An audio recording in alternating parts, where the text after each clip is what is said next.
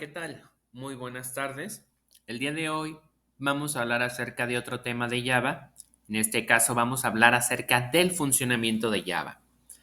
Específicamente, cómo es que nuestro código fuente se convierte en un ejecutable o en un software que se está ejecutando en un sistema operativo o está funcionando en un sistema operativo, sin importar qué sistema operativo sea. Esta imagen la vamos a retomar al final para entender cómo es que el código fuente, ya que entendamos cada una de las partes que colaboran para hacer esta conversión, cómo es que nuestro código fuente es transformado por varios elementos y que al final me genera un ejecutable o un código funcional en el sistema operativo que estoy trabajando actualmente. ¿Ok? En primer lugar, vamos a ver el primer elemento. Este elemento es la JRE o la Java Virtual Machine, que también se llama actualmente como Java Runtime Environment. El Java Runtime Environment o entorno de ejecución Java, en sus inicios se denominaba como Java Virtual Machine. Por eso, anteriormente, le dije al JRE Java Virtual Machine. Este componente es el componente que se encarga de crear un código ejecutable o ejecutar mi programa de tal manera que en el sistema operativo que esté trabajando entienda y pueda funcionar mi programa. Entonces, digámoslo así, que es el que genera el código máquina para que mi computadora con el sistema operativo que tenga sea funcional y pueda yo trabajar sobre el programa que yo cree. ¿Por qué es necesaria la instalación? Yo necesito tener en la máquina que yo quiera ejecutar un código Java, necesito tener forzosamente el JRE para poder ejecutar mi programa. ¿Por qué necesito esta instalación? Es por culpa de la principal característica de Java, la portabilidad o multiplataforma.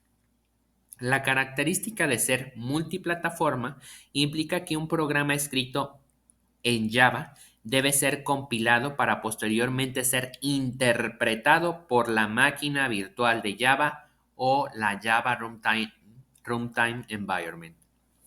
Entonces, es por ello que yo en la computadora o dispositivo móvil o lo que sea, tiene que ser capaz de contener este elemento para que mi código se pueda ejecutar. Ahora hablemos acerca de lo que es compilar, porque aquí nos dice, el código de Java debe ser compilado para posteriormente ser interpretado por la JRE. Entonces, en primer lugar, vamos a ver qué es compilar. Compilar significa traducir con un compilador un programa en un lenguaje de nivel alto, en este caso Java, a un código o lenguaje de nivel bajo, que en este caso puede ser un código ensamblador, un código binario, y esa es la función de un compilador y la acción de compilar es hacer esta transformación de un lenguaje de nivel alto, voy a transformar mi código fuente a un lenguaje de nivel bajo. Anteriormente, cuando se utilizaba, por ejemplo, C++ o C, yo creaba mi código fuente en la computadora en la cual estaba trabajando. eh, Normalmente era un archivo .cpp.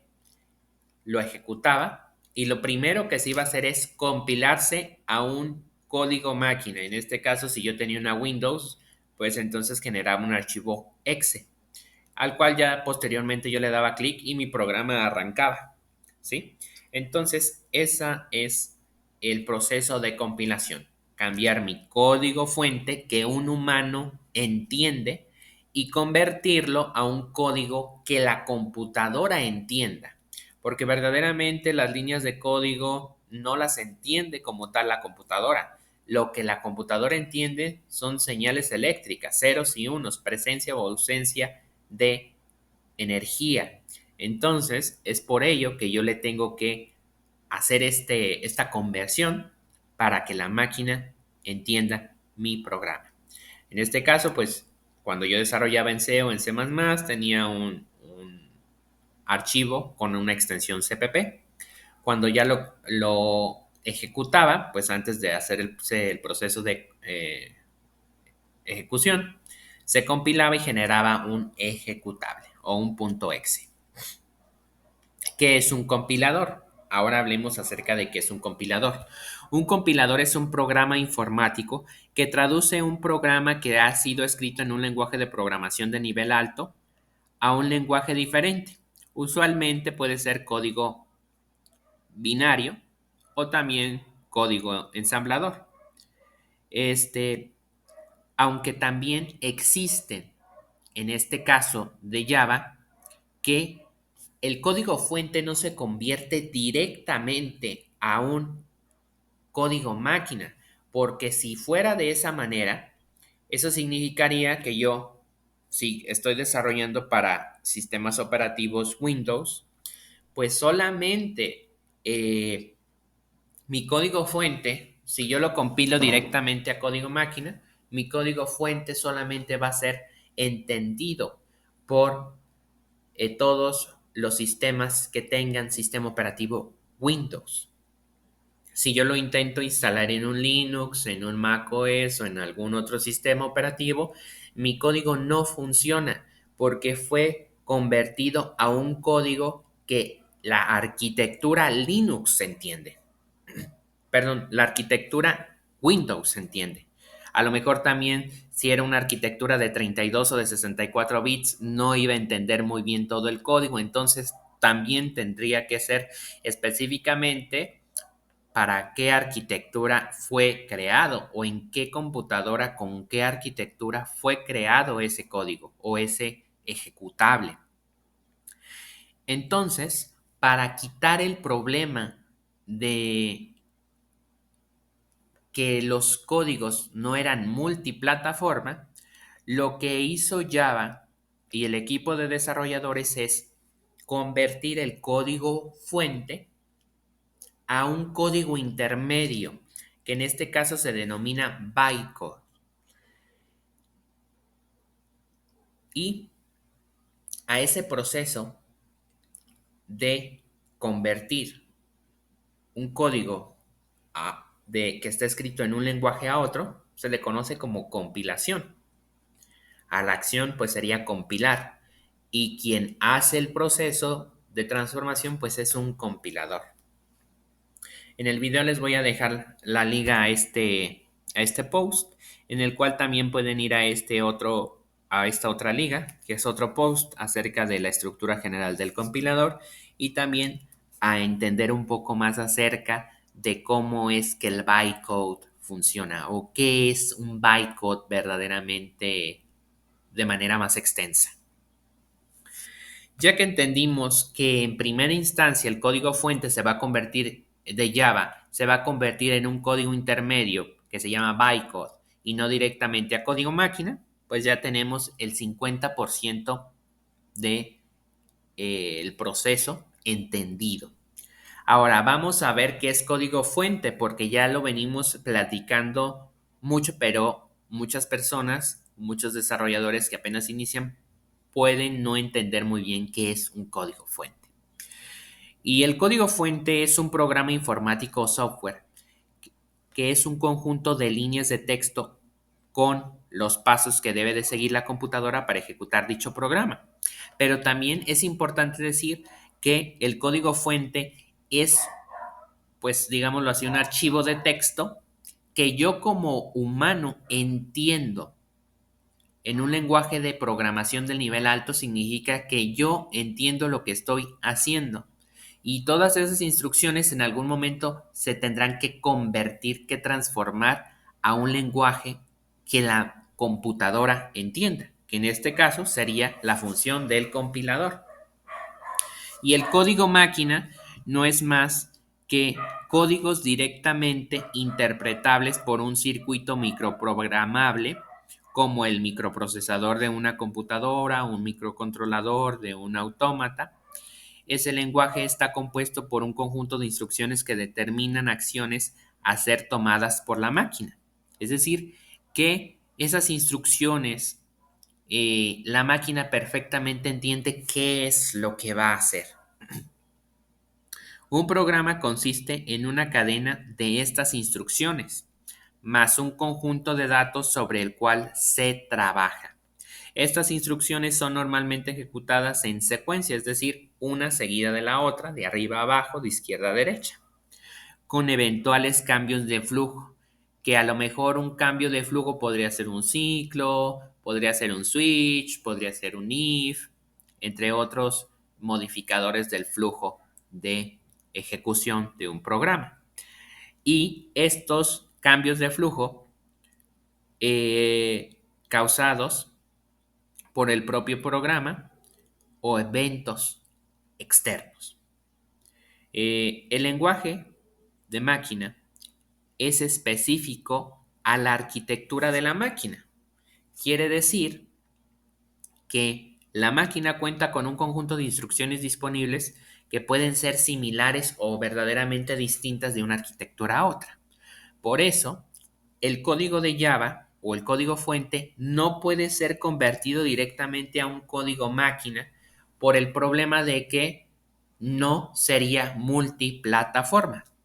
Y ahorita vamos a ver más adelante por qué no pasa eso o por qué si yo tengo mi código fuente y lo convierto directamente a código máquina, la multiplataforma o la portabilidad no existiría. Sería imposible de que eso ocurriera, dado de que cada sistema operativo tiene una arquitectura eh, diferente y también cada sistema, pues también, o cada arquitectura, hablando ya a un nivel hardware, tiene una arquitectura específicamente diferente con un circuito o procesador diferente que funciona con una serie de instrucciones o un manual específico para ese procesador.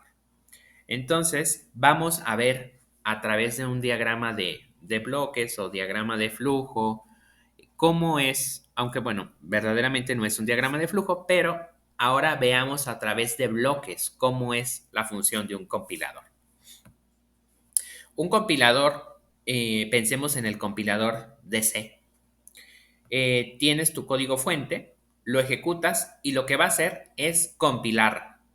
El compilador va a evaluar que esté correcto el código en sintaxis, en semántica, entre otros muchos procesos que va a hacer y verificar si no existen errores. Si existen errores, el código fuente no se convierte a máquina, marca los errores y pues ahí termina el proceso.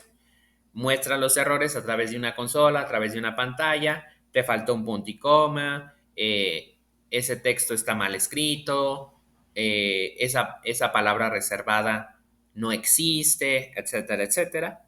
Y el compilador evita que esos errores pasen al código máquina. Entonces, pensando que ya corregimos esos errores, volvemos a compilar el código y pasa todas las pruebas, no hay errores y el compilador genera el código máquina, que este código máquina, después de generarse, es el que se ejecuta y se genera el .exe, ¿sí?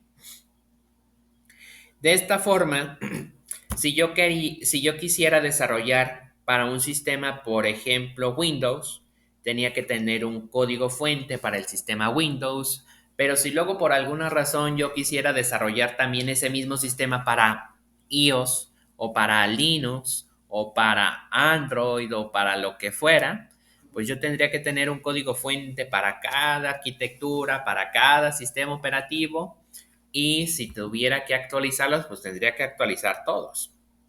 Tantos códigos fuente como tantos arquitecturas o sistemas operativos tuviera. Entonces, aquí había un problema, que no podía ser este código único, no podía ser multiplataforma porque tendría que estarlo escribiendo y reescribiendo para cada sistema. Entonces, los lenguajes que no son multiplataforma, pues eso tienen. Yo tengo mi código fuente para Linux, para Windows, para Mac OS o para cualquier otro sistema operativo que tuviera. Entonces, pensemos que yo hice un Facebook, ¿no? Entonces, si yo quisiera que mi Facebook se ejecutara directamente en Windows, pues tendría que tener un código de Facebook para Windows. Si yo luego quisiera que se ejecutara para Linux, tendría que tener un código para Linux, pero también tendría que tener un compilador para cada uno de ellos para que este compilador se encargara de convertir mi código fuente a un código máquina que entendiera ese sistema. Entonces, pues aquí yo no puedo tener un solo código fuente y distribuirlo por el mundo a cualquier sistema operativo, porque no va a funcionar. A lo mejor en algunos sí, pero en todos los demás no. Es por eso que a los desarrolladores de Java se les ocurrió la solución de la independencia de la máquina. En este caso, lo que hicieron los desarrolladores de Java fue, ok, tenemos nuestro código fuente, tenemos un compilador, pero este compilador no va a convertir directamente a código máquina, sino va a convertir a un código intermedio que no va a ser ni código máquina ni código Java, que le vamos a llamar bytecode, que va a tener una extensión .class. Los archivos código fuente de Java tienen una extensión .java. Entonces, este archivo que generará el compilador, el código fuente, tendrá el mismo nombre que el código fuente, pero tendrá una extensión .class, que tendrá código que llamaremos bytecode. Y ese código bytecode es el que va a interpretar un sistema o un software que también nosotros vamos a desarrollar y que vamos a tener instalado en cada sistema operativo. Lo que conllevará a que el desarrollador o el creador de sistemas genere un único código fuente, lo compile y lo único que tendrá que hacer es instalar en todas las máquinas o decirle al usuario que para poder utilizar su programa necesita instalar la Java Virtual Machine o el Java Runtime Environment o en español el entorno de ejecución Java, que es el único que sabrá interpretar el bytecode y que podrá hacer que el programa que el desarrollador creó ejecute. Y de esa manera se solucionó el problema de multiplataforma.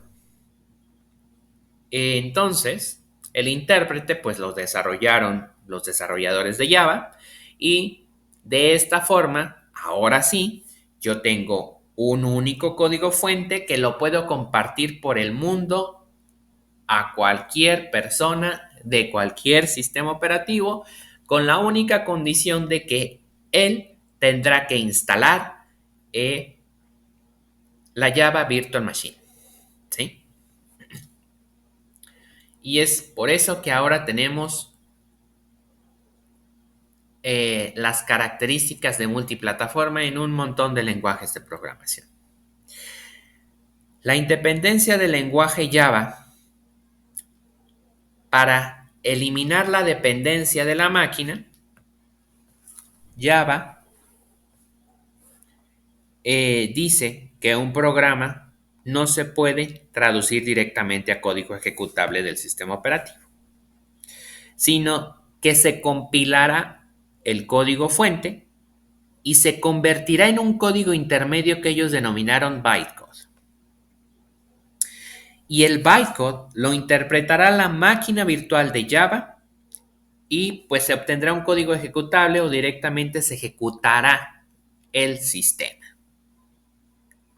Entonces, volviendo a un diagrama de bloques, en este caso del proceso de compilación y transformación del código fuente de Java, lo que va a pasar es que mi código fuente, hay un compilador de Java que lo va a convertir a bytecode, que va a ser un archivo que va a tener el mismo nombre que mi código fuente, pero con una extensión .class.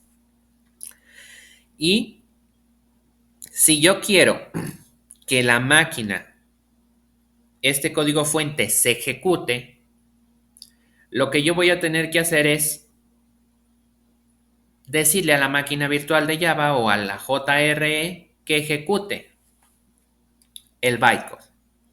Y al tener el bytecode, pues yo ya tengo mi programa ejecutado. Y es por eso que de esta forma ya ocurre la multiplataforma. La JVM forma parte de la Java Runtime Environment o entorno de ejecución Java. En este caso, pues ahora recibe este nombre, pero anteriormente pues se llamaba JVM. La máquina virtual de Java se distribuye gratuitamente para prácticamente cualquier sistema operativo y un archivo .class o bytecode se puede ejecutar en cualquier ordenador que tenga instalada la máquina virtual de Java. Y es por ello que ahora yo como desarrollador creo mi código fuente, un único código fuente, lo quiero hacer pues un programa funcional, lo compilo, el compilador de Java genera un bytecode, el bytecode para que pueda funcionar mi programa se le tiene que pasar a la máquina virtual de Java y esta máquina virtual de Java genera un ejecutable o un código entendible por la máquina para cada sistema operativo. Y es por ello que Java funciona y que actualmente podemos tener un montón de códigos o de lenguajes de programación antes que de códigos que pueden ser multiplataforma y que pueden ser ejecutados en cualquier sistema operativo sin importar qué arquitectura tenga. Y esto es cómo funciona a grandes rasgos el proceso de transformación de un código fuente. Ahora los invito yo a que vayan a visitar este nuevo post que es el bytecode, la magia de Java y el bytecode, en donde me extiendo un poco más acerca de cómo es que el bytecode funciona y la frase write once and run anywhere pues ya se puede ver reflejada desde este momento en yo lo escribo una vez mi código fuente y lo ejecuto en cualquier lugar. También los invito a que vayan al otro post en el cual hablo acerca de el compilador y su estructura general y cada una de sus partes para que entiendan un poquito más cómo es que un compilador funciona, las ventajas y las desventajas, en fin, una serie de fases o elementos que todo compilador tiene que tener para poder funcionar. Y espero que les haya gustado este video. Cualquier duda leo sus comentarios y nos vemos en el siguiente video.